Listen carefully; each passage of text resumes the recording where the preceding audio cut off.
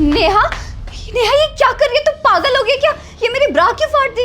और ये सारे कपड़े, ये सब क्या है? दिमाग हिल गया क्या तेरा? प्रीति मैंने जो भी किया ना बिल्कुल सही किया, समझी तू? कुछ सही नहीं किया तुमने, मेरे सारे कपड़े फाड़ रही हो। रुक, अभी वार्डन को कंप्लेंट करती हूँ जाके मैं तुम्हारी।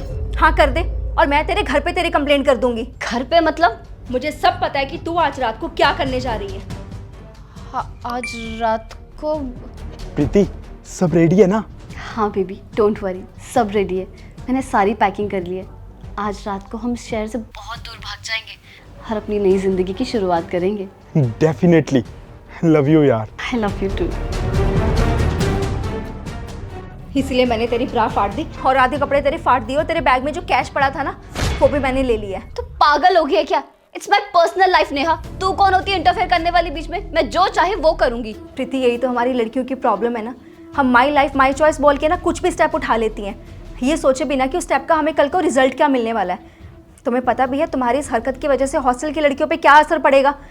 तुम्हारी एक गलती की वजह से पता नहीं कितनी लड़कियों को भुगतना पड़ सकता है। तुम्हें पता भी है तुम्हारे भाग जाने की वजह से कितने माँ बाप अपनी लड़कियों को कल को पढ़ने के लिए बाहर तक नहीं भेजेंगे। क्या गलत है यार इसमें? और एक बात बता, मेरे भाग जाने से यहाँ किसको फर्क पड़ने वाला है? मुझे फर्क पड़ेगा। यहाँ हॉस्टल में और भी बहुत सी लड़कियां हैं, उनको भी फर्क पड़ेगा।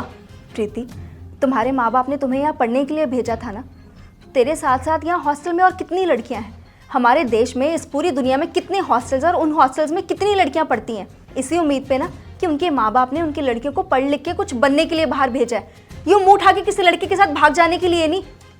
तू अगर आज भाग गई ना तो कल को तेरी तरह पता नहीं और कितनी लड़कियों की ज़िंदगी बर्बाद हो जाएगी, क्योंकि उनके माँ बाप कल को उनको हॉस्टल तो बहुत दूर की बात कॉलेज तक नहीं भेजेंगे, ये सोच के कि उनकी लड़की कभी किसी लड़के के साथ कहीं भाग ना जाए।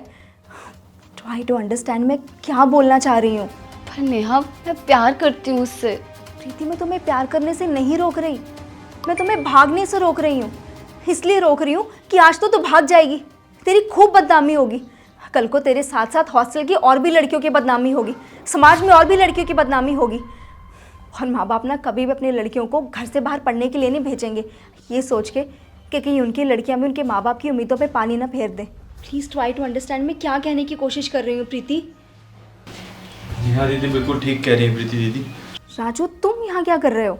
दोपहर के खाने के बारे में पूछने आए थे, लेकिन हमने आपकी सारी बातें सुन ली। माफ़ कीजिएगा, लेकिन आप बिल्कुल ठीक कह रही हैं। हमारी भी एक बड़ी बहन थी, पापा ने शहर पढ़ने भेजा था उनको, और उसने क्या किया, भाग गई किसी के साथ। घर में और 2 छोटी बहनें थी, उसके बाद पापा ने उनकी भी पढ़ाई छुड़वा दी, और साथ ही साथ मुझे भी बोल दिया कि तू भी काम कर। एक दिन खबर मिली कि जिसके साथ वो भागी थी ना, वो उसे छोड़ के चला गया। अब वो घर तो आ गई है, लेकिन जितनी इज्जत उसको पहले मिलती थी ना, अब नहीं मिलती। हम आपके लिए बस यही दुआ करेंगे, जो मेरी बहन के साथ हुआ ना, वो आपके साथ ना हो दीदी। लेकिन एक बात तो पक्की है, किसी न किसी की पढ़ाई तो ज़रूर छूटेगी।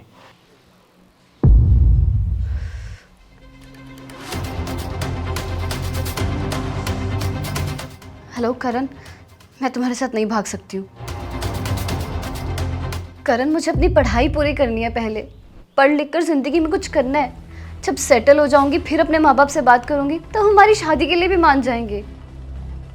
परवर कुछ नहीं करण, देखो मैं तो इंतज़ार कर लूँगी, तुम वेट कर सकते हो करो, और अगर नहीं कर सकते ना तो तुम जा सकते हो मुझे छोड़कर, क्योंकि मैं तो नहीं भागने वाली हूँ, क्योंकि मेरे कंधों पर ना बहुत से लोगों की उम्मीदें हैं।